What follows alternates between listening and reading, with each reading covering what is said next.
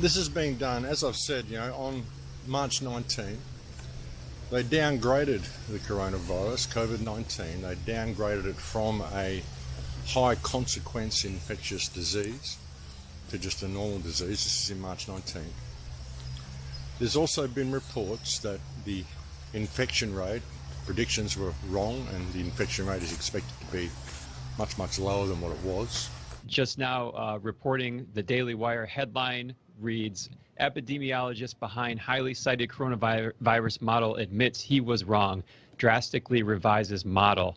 Now, this model informed government policy decisions in the U.S. and the U.K. So Ferguson basically just gave us evidence in the U.K.'s Parliamentary Select Committee on Science and Technology as part of the nation's coronavirus response. So going back to the Daily Wire report, Ferguson's model projected 2.2 million dead in the United States and 500,000 in the United Kingdom if no action was taken. The Daily Wire writes, after just one day of ordered lockdowns in the UK, Ferguson has changed his tune. Now the epidemiologist predicts hospitals will be just fine taking on COVID-19 patients and estimates 200,000 or far fewer people will die from the virus itself or from its agitation or other ailments. So we have 500,000 goes to 20,000. The article continues. It talks about an author and former New York Times reporter, Alex Bernison. He says, quote, this is a remarkable turn from Neil Ferguson, who led the Imperial College authors, who warned of 500,000 UK deaths, and who has now himself tested positive for COVID, stated Bernison.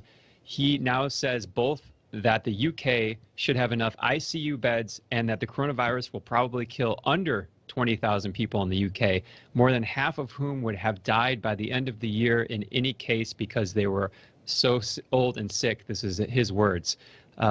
Now, what's interesting here, the Daily Wire writes that just days before Ferguson's about-face, Oxford epidemiologist Sunitra Gupta criticized him, saying, quote, I am surprised that there has been such unqualified acceptance of the imperial model.